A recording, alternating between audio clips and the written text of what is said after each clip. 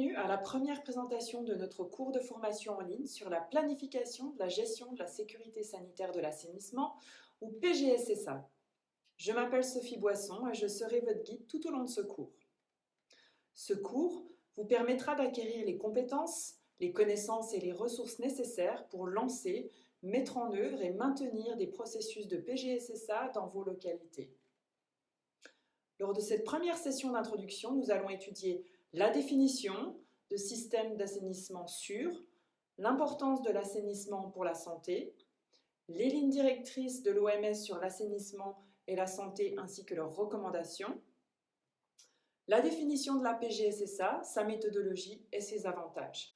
Lorsque nous parlons de système d'assainissement sûr, nous nous référons à un ensemble de technologies et de pratiques conçues et utilisées pour empêcher tout contact avec les excréta humains à toutes les étapes de la chaîne des services d'assainissement. De la collecte dans les toilettes, au confinement des excréta, à leur transport, leur traitement et à leur utilisation finale ou à leur élimination.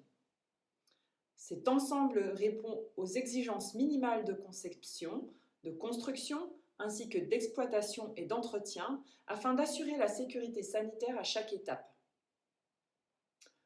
Il est enfin intégré dans un cadre de mise en œuvre pour une prestation de service sûre qui garantit l'efficacité de la planification, des prestations, de l'entretien, de la réglementation et du suivi. Un assainissement sûr est essentiel pour la santé, que ce soit pour prévenir les infections ou améliorer et maintenir le bien-être mental et social des individus.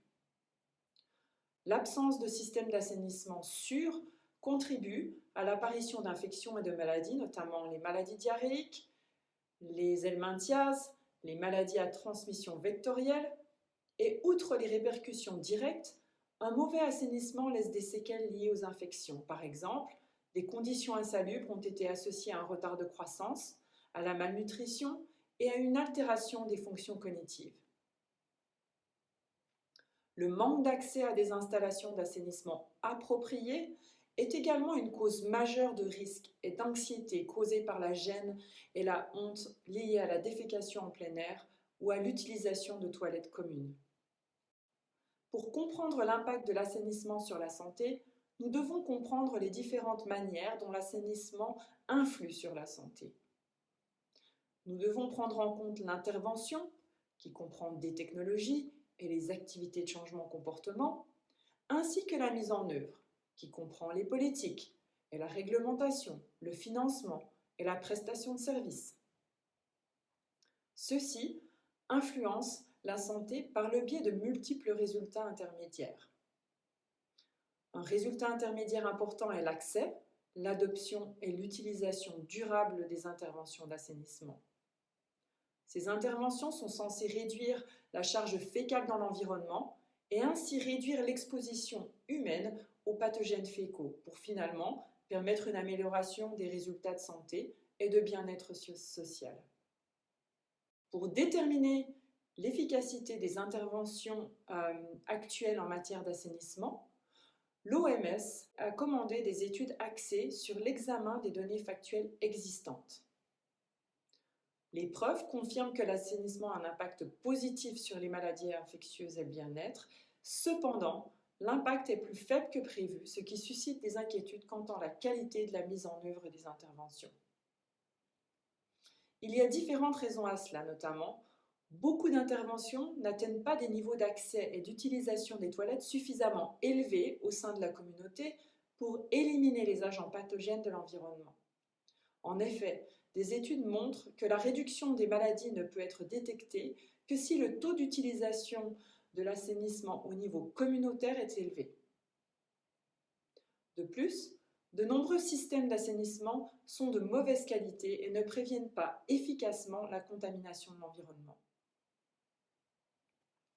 En réponse, l'OMS a publié en 2018 ses lignes directrices sur l'assainissement et la santé. L'objectif de ces lignes directrices est de s'assurer que les systèmes d'assainissement sont conçus et gérés de manière sûre afin de protéger la santé humaine. Les lignes directrices résument les éléments de preuve existants sur les liens entre l'assainissement et la santé, fournissent des recommandations fondées sur des données probantes, offrent des conseils aux décideurs et aux praticiens de l'assainissement au niveau international, national et local, et présentent un certain nombre d'outils et de ressources pour s'assurer que les interventions en matière d'assainissement protègent la santé. Sur la base de l'examen exhaustif des données, 4 recommandations principales ont été formulées à l'intention des autorités nationales et locales. La première recommandation est de garantir l'accès universel à des toilettes permettant de collecter et de stocker les excrédats en toute sécurité. Elle invite instamment les gouvernements à accorder une attention prioritaire à l'élimination de la défécation en plein air et à l'accès à des toilettes tout en assurant des progrès équitables. Elle indique également que les autorités doivent s'attacher à fournir des toilettes sûres à un niveau minimum de service à des communautés entières. Par ailleurs, les approches axées sur l'offre et la demande doivent être mises en œuvre simultanément pour garantir l'adoption des toilettes et leur utilisation durable. En outre, les installations sanitaires communes et publiques peuvent être encouragées pour les ménages comme une étape transitoire lorsqu'il n'est pas possible d'équiper chaque ménage. La deuxième recommandation concerne la sûreté de la chaîne d'assainissement. Elle met en avant que la sûreté doit être garantie tout au long de la chaîne de service. La sélection des technologies doit tenir compte du contexte ainsi que de l'environnement physique, social et institutionnel au niveau local. Les améliorations progressives doivent s'appuyer sur des approches relatives à la gestion et à l'évaluation des risques. Enfin, cette recommandation précise que les travailleurs du secteur de l'assainissement doivent être protégés contre les risques professionnels au moyen de mesures sanitaires et de sécurité adaptées. La troisième recommandation indique que pour accroître l'efficacité et l'impact sur la santé, la fourniture et la gestion des services d'assainissement devraient s'inscrire dans le cadre de la prestation de services au niveau local et des programmes et des politiques de développement plus larges tels que le logement, la planification urbaine et la coordination avec l'approvisionnement en eau, le drainage et la gestion des déchets solides. La quatrième recommandation décrit les fonctions clés du secteur de la santé pour garantir un assainissement sûr et protéger la santé publique. Alors, que pouvons-nous faire en tant que professionnels pour mettre en œuvre ces recommandations ? Tout d'abord, nous devons veiller à ce que les systèmes et les services soient sélectionnés pour répondre au contexte local. Ensuite, les investissements à la gestion des systèmes reposent sur les évaluations des risques à l'échelle locale dans l'ensemble de la chaîne de l'assainissement. Les utilisateurs, les communautés, les travailleurs du secteur de l'assainissement, les consommateurs et les agriculteurs doivent être protégés. Comment y parvenir ? En appliquant la méthodologie PGSSA.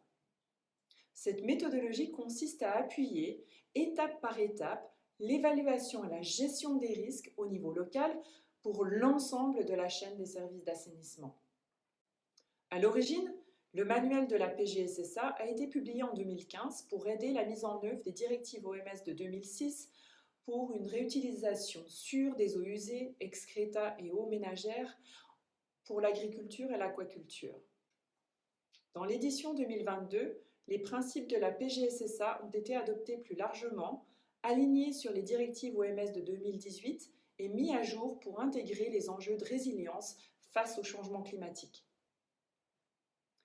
La PGSSA contribue à optimiser les bénéfices pour la santé des interventions d'assainissement, aide les opérateurs à hiérarchiser les mesures dans le domaine de la gestion des risques de manière à avoir le plus d'impact possible, définit les améliorations progressives à chaque étape de la chaîne des services d'assainissement, permet de hiérarchiser les investissements en fonction des risques sanitaires les plus élevés et coordonne les activités de nombreuses parties prenantes tout au long de la chaîne d'assainissement. Au total, cette méthodologie se compose de 6 modules. Dans le module 1, nous définissons la zone de PGSSA et la composition de l'équipe. Dans le module 2, nous préparons une description complète du système d'assainissement. Dans le module 3, nous identifions les dangers et les événements dangereux et réalisation une évaluation des risques sanitaires, y compris les effets du changement climatique. Dans le module 4, nous élaborons un plan d'amélioration progressive. Donc, ce module permet de sélectionner de nouvelles mesures de contrôle ou d'autres améliorations qui répondent aux risques les plus élevés en ciblant les points d'intervention du système les plus efficaces. Dans le module 5, nous préparons un plan de suivi et de vérification. Enfin, dans le module 6, nous développons des programmes de soutien et évaluons l'efficacité de notre PGSSA. La mise en œuvre du processus de PGSSA aboutira à 2 produits, un plan d'amélioration progressive et un plan de suivi opérationnel et de vérification périodique. Dans ce premier cours, vous avez appris ce qui suit: les systèmes d'assainissement sûrs, l'importance de l'assainissement pour la santé, les lignes directrices de l'OMS relatives à l'assainissement à la santé et leurs recommandations, la méthodologie PGSSA et ses avantages. Dans le cours suivant, nous commencerons à mettre en œuvre la méthodologie PGSSA, en particulier le module 1, préparation de la PGSSA. Merci de nous avoir suivis.